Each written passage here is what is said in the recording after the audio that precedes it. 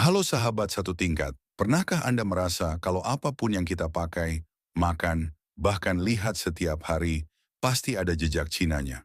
Dunia ini seolah hidup dalam versi demo buatan Cina, gratis tapi penuh keterbatasan. Yang menarik, kita benci ketergantungan ini, tapi ya, mau bagaimana lagi? Lari kemanapun, ujung-ujungnya balik lagi ke sana. Cina bukan hanya pabrik dunia, tapi juga semacam admin grup WhatsApp ekonomi global. Semua negara bergantung, tapi selalu ada yang drama. Jadi apa rahasia di balik dominasi Cina ini? Kenapa dunia seolah tak bisa benar-benar move on dari Cina? Kita bongkar satu persatu. Ingat zaman dulu saat Cina masih dianggap murid yang bandel di sekolah global? Siapa sangka sekarang jadi ketua OSIS? Sejak reformasi ekonomi di akhir 1970, Cina seperti pemain bola yang baru sadar dia punya kaki emas. Dalam waktu singkat, mereka tumbuh dengan kecepatan yang bikin iri, dan mungkin sedikit takut.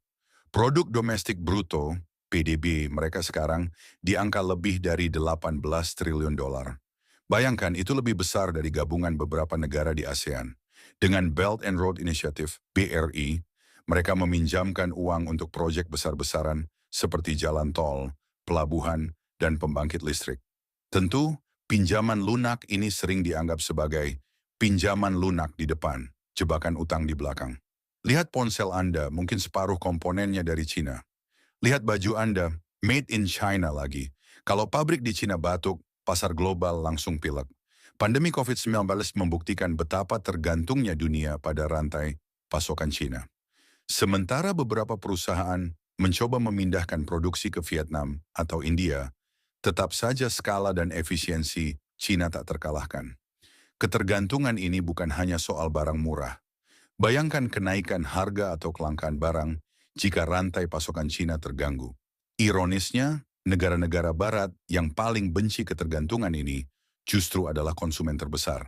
Nah, ini bagian serunya. Cina bukan cuma soal produk murah, mereka juga jadi raja teknologi. Huawei misalnya udah mendominasi jaringan 5G. Lalu ada CATL, raksasa produksi baterai, kendaraan listrik, yang bahkan jadi pesaing serius Tesla. Kalau bicara energi bersih, Cina lagi-lagi di puncak.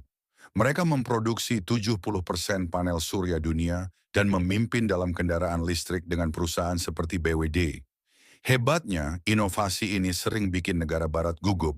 Kekhawatiran soal privasi dan keamanan, data sering jadi senjata retorika melawan dominasi teknologi Cina. Di panggung internasional, Cina tak kalah agresif.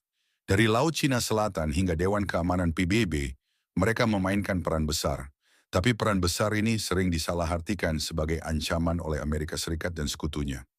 BRI yang menawarkan pinjaman tanpa syarat politik sering dianggap seperti penawaran kartu kredit dengan bunga tersembunyi. Tapi hey, banyak negara berkembang tetap berterima kasih atas infrastruktur yang mereka bangun. Ketergantungan pada Cina itu seperti cinta yang bertepuk sebelah tangan. Sakit tapi tak bisa berhenti berharap.